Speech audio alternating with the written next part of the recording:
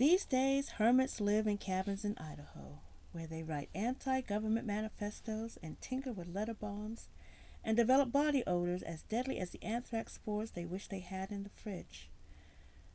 That's not what the hermit of the Tarot's about, though. He uses his lantern to search for truth, not the keys to his gun rack. He's not a misanthrope. He's a wanderer in the wilderness seeking wisdom. If you come across a hermit on the cards, or in life, follow him or her. You'll learn a thing or two. Just watch out for the body odor. That part might not change much. Mischance, Infinite Roads to Knowing. The three names on Logan's list were Victor Castellanos, Kenneth Meldon, and William Riggs. Three men. Weird. I didn't know much about the crystal ball crowd, but I always assumed most of their clients, prey, were women.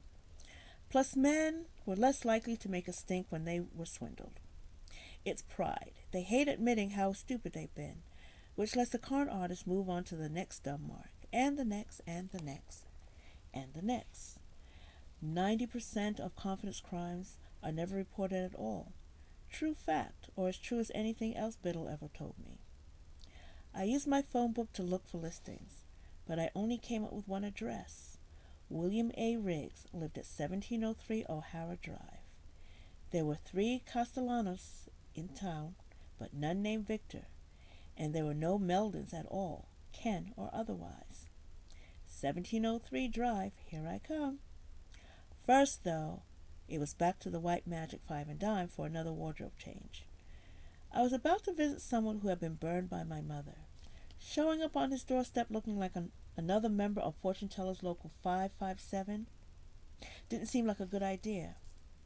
As I walked up to the 5 and dime, I was stopped by someone who could have been my union rep, Josette, the groovy gray-haired hippie dip who ran the shop across the street. Miss Pasalis. I didn't feel like explaining that my mother and I had different names. I wasn't super attached to Alanis McLaughlin anyway. I'd made that one up when I was 18, and it showed.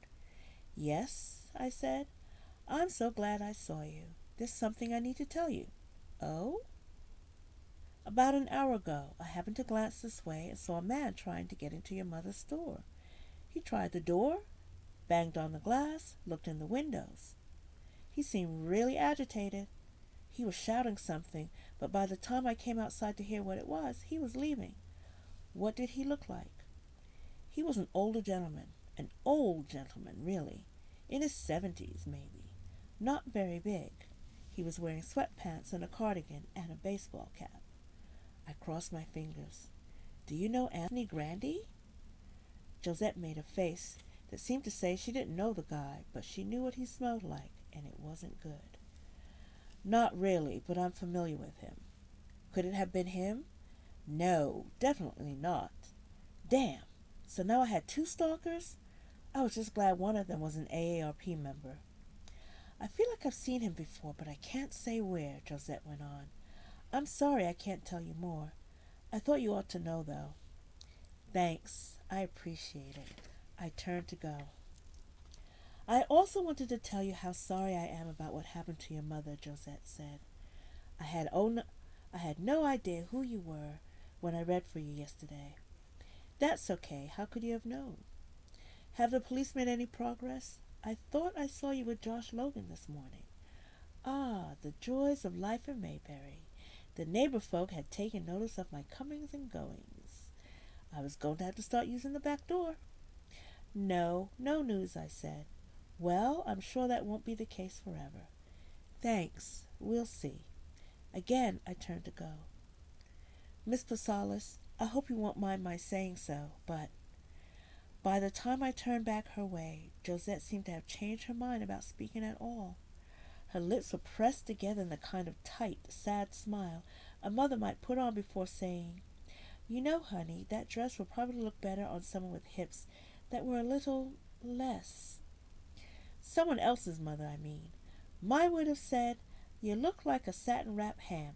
Put on something else, without the sad smile.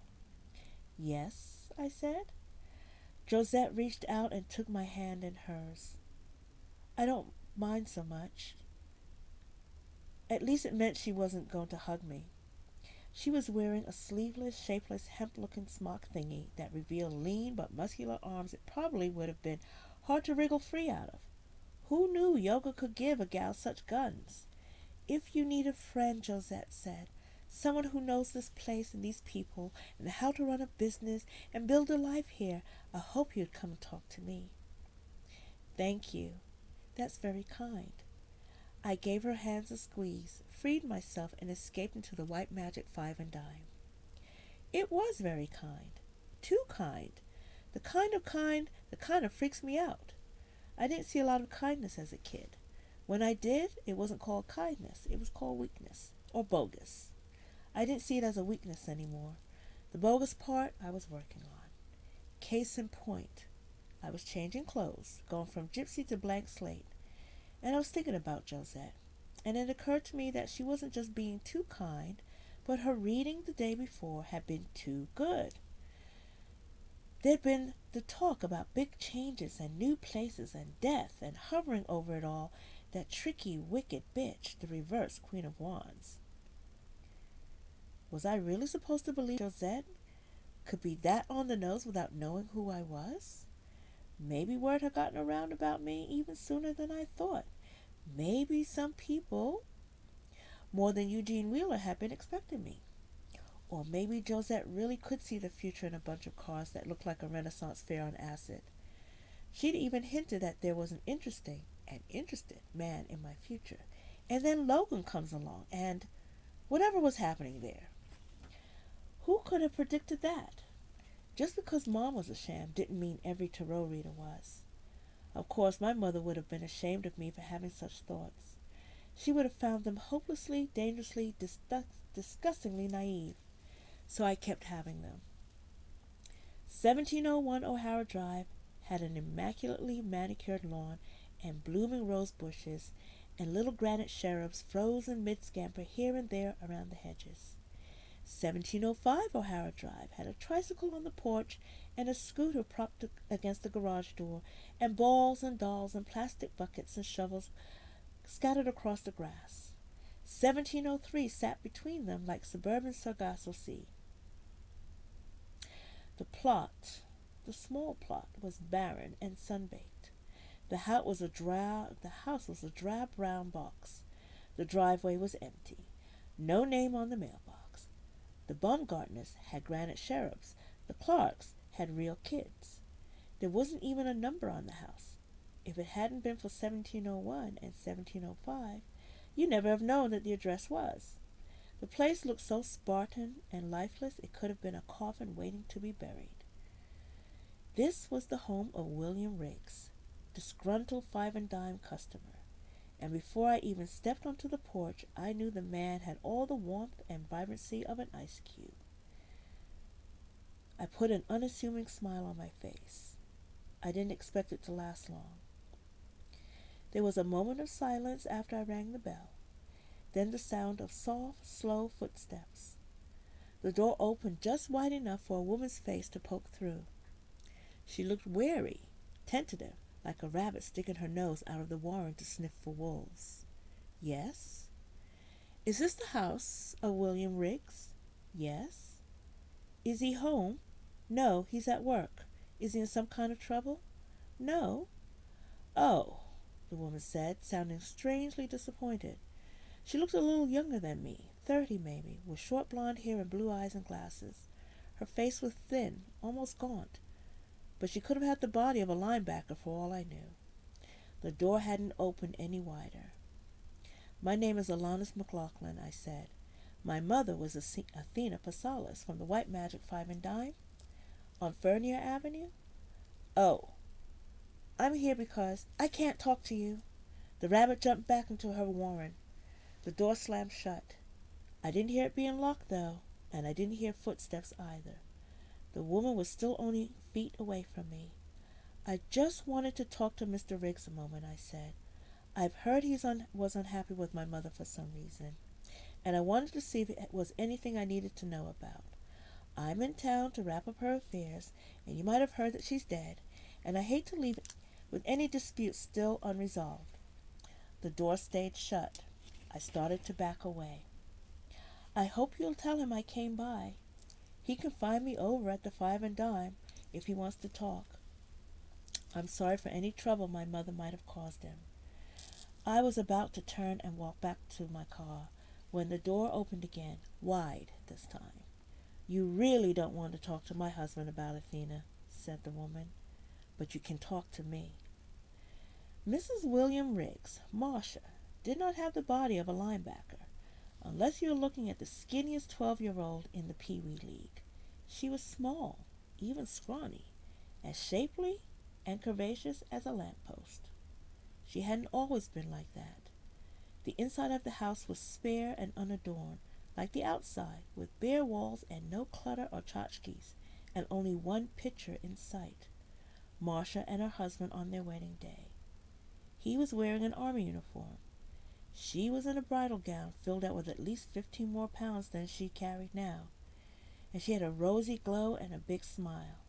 They were gone, too. Something had deflated her, left her shriveled. I could guess what it was. Your mother was the best thing that ever happened to me in this town, Marcia said. Really? Oh, absolutely. Bill and I moved here a year ago, and at first I was so lonely. I didn't know a soul, and well, we're not real social. But then one day I was driving home from the grocery store, and I passed your mother's place, and on a sudden whim I stopped and went in, and I'm so glad I did. I didn't know a thing about tarot cards, but Athena was a great listener full of such wonderful advice. I'm glad to hear it. Do you read? Yes. She hadn't said, do you read tarot, so technically it wasn't a lie. I'm sure you must be great at it if your mom taught you. She was amazing. It was like she knew me better than I know myself. Yeah, Mom really understood what makes people tick. She sure did. Marcia smiled. The memory of my mother seemed to make her genuinely happy. That made one person in the world. So why was there a problem with your husband, I asked. I begged him not to go to the police. Why did he? The last time I spoke to Athena, I just apologized and apologized. I was bawling the whole time. Marcia sniffed and wiped at her cheek. I wouldn't have thought that she had the juice in her for tears, but there they were now, 2 thin trickles. Then she was dry. You used to talk to my mother about your husband, I said. Marcia nodded. I didn't have anybody else to talk to here. Sometimes I think that's why Bill moved us to Arizona, so he wouldn't have to share me with anyone. So all I have would be him. Is that what Athena used to say? Pretty much. She helped me see how controlling he was. I started to stand up for myself a little bit. And Bill didn't like that. No, he said I was being brainwashed, like Athena was a cult leader or something. So he went to the police. Giving someone advice isn't illegal. It was about the money. It was the money he complained about. Oh, here we go. I admit it got a little out of hand, Marcia said. I just couldn't stop myself. I felt like I needed Athena's help with every conversation Bill and I had, and she was giving me a discounted rate if I hadn't been going every day. Every day? Well, Tuesday through Saturday, the days Bill was at work. How long did that go on? About 2 months? And the discounted rate was $50? My eyes widened. She was doing special readings, Marcia said. Not just the Celtic Cross, but other spreads she created just for me and my situation. Sometimes I'd be at the White Magic Five and Dime for hours while she laid it all out and explained it to me. $50 a day would have added up after a couple of months. It did. That's how Bill found out about Athena. He noticed the money had been taken out, and he started asking questions, and I didn't want to tell him everything, but he made me. Then he went to the police. Marcia scoffed at her own words. The irony. Him going to the police. And the cops didn't do anything? I said. No, they just said keep your wife on a tighter leash, according to Bill, anyway. Seems like you were on a pretty tight leash to begin with. Well, now it's even tighter. I looked at the wedding photo again. The groom has short cropped blonde hair, pale blue eyes, and a big smile. I didn't know much about uniforms, but I can tell Riggs had been a private when the picture was taken. "What did your husband do in the army?" I asked. "Not much. Sometimes people think that's why he's so intense. But he was never in Iraq or Afghanistan. He never got out of Fort Benning. The only battles he was in were with the MPs." "I see," I said. And I did see. I saw a lot. "What does Bill do now?" "He works for Eureka Resorts International. He started with them back in Orlando, where we're from. But last year he was transferred to the Sedona office. He's a sales manager there. He and his team do timeshare presentations at the Oak Creek Golf Resort." I nodded, smiling. Now I knew Bill Riggs was an asshole. He was in the same business as me.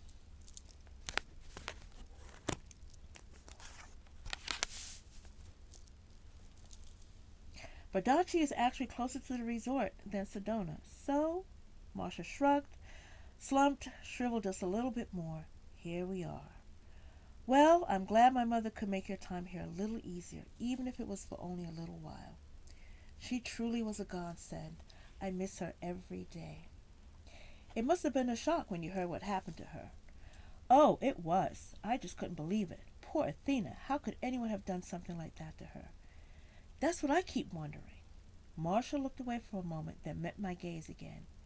She heard it, the question I was asking without asking. "Of course, I hadn't seen her in weeks," she said, "so in a way I felt like I'd lost her already." "Fair enough." She was answering without answering. Translation: "No, I don't think my husband killed her." Alternate translation: "No, I'm not going to admit that my husband might have killed her." "Oh, just listen to me," Marcia moaned, flapping her hands like a bird that can't quite get off the ground. "What a horrible, selfish thing to say when you've lost your mother." I reached down and put my hand on her knee. Instantly she went still. "It's okay. I understand." New tears welled up in Marcia's eyes. "You are your mother's daughter," she said. "You're every bit as sweet and kind and thoughtful as she was." I forced myself to give her a smile as if she hadn't said something I'd prayed all my life wasn't true. When I said, "I've taken up enough of your time," Marcia began talking about how she and Bill met. When I said I really should be going, she started asking questions I didn't want to answer about my mother. And when I stood up and said I better get back to the White Magic Five and Dime, she jumped up and hurried off down the hall. "There's something I want to show you." I thought she might come back with manacles and clamp me to the couch. The woman needed company. When she came back to the living room, she was carrying a deck of cards. "I bought these from Athena. I have to keep them hidden or—" Her shoulders jerked up and down in that way that's half shrug, half shiver. "Hey, you said you read, right?" She offered me the cards. Tarot, of course. I didn't take them. "I'll pay you," Marcia said. "I'm sorry.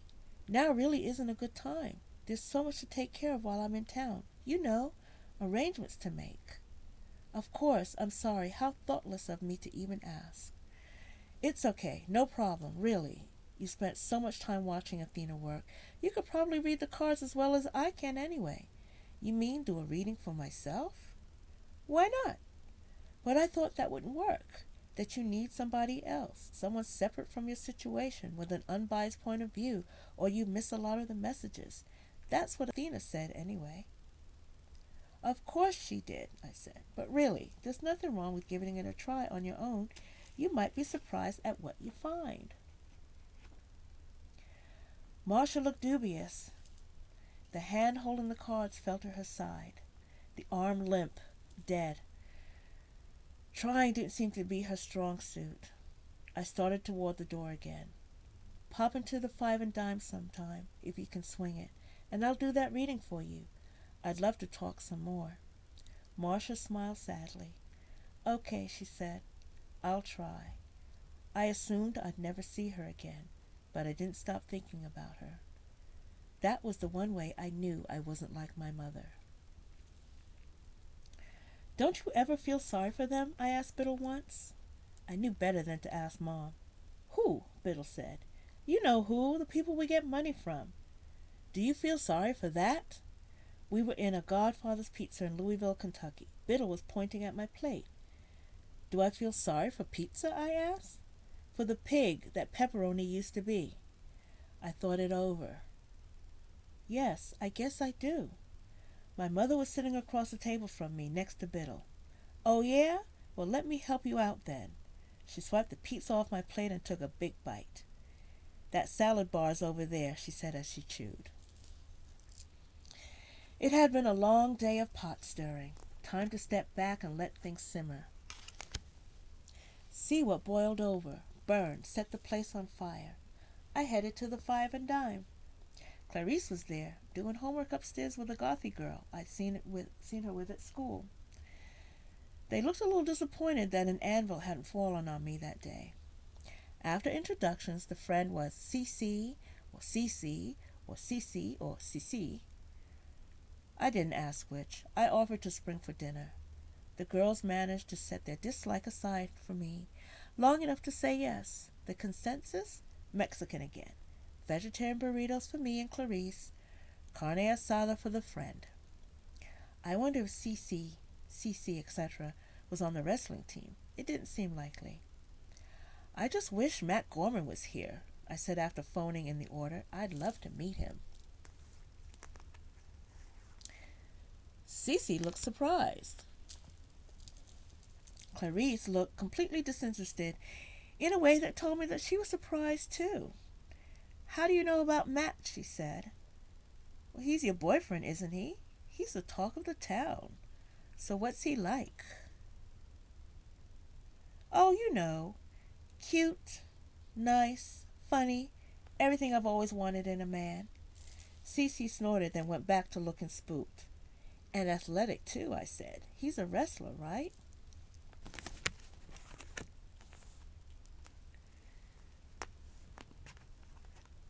And a runner, long distance. And let me tell you, honey, that boy can really go the distance. Clarice threw me a wink. Cece looked like she wanted to crawl under the table. It was a nice move on Clarice's part. Make the conversation so unbearably awkward I'd drop it. I nodded thoughtfully. I guess that be one of the fringe benefits of dating a jock, I said. Stamina. Oh, yeah, Clarice enthused. Him love you long time, huh? Quadruple overtime. Hubba hubba, huh? Hubba hubba hubba. Okay, Cece said, pushing back her chair and practically jumping to her feet. Why don't I run over to El Zorro Azul and get the food? Have you ever seen a goth blush? It pretty much kills the whole bloodless undead thing they're going for, so I'm sure they hate it. Clarice grabbed her by the hand and pulled her back down. Alanis was going to get it, remember? You know what, I said? I've been running around town all day. If Cece wants to pick up the food while you tell me about Matt, that'll be great. I pulled out my wallet, make sure they don't forget the guacamole, and there was a distant muffled thump, thump, thump. Somebody was knocking on the front door. Chips, I said. I handed Cece a $20 bill. This ought to cover it. That someone thumped again, harder and longer. But maybe you ought to wait until whoever that is goes away. Aren't you going to go down and let them in, Clarice asked me. Someone might need an emergency palm reading. Thump, thump, thump. Would Anthony Grandy really knock on the door before he killed me? It'd be the most polite murder I've ever heard of. Nah.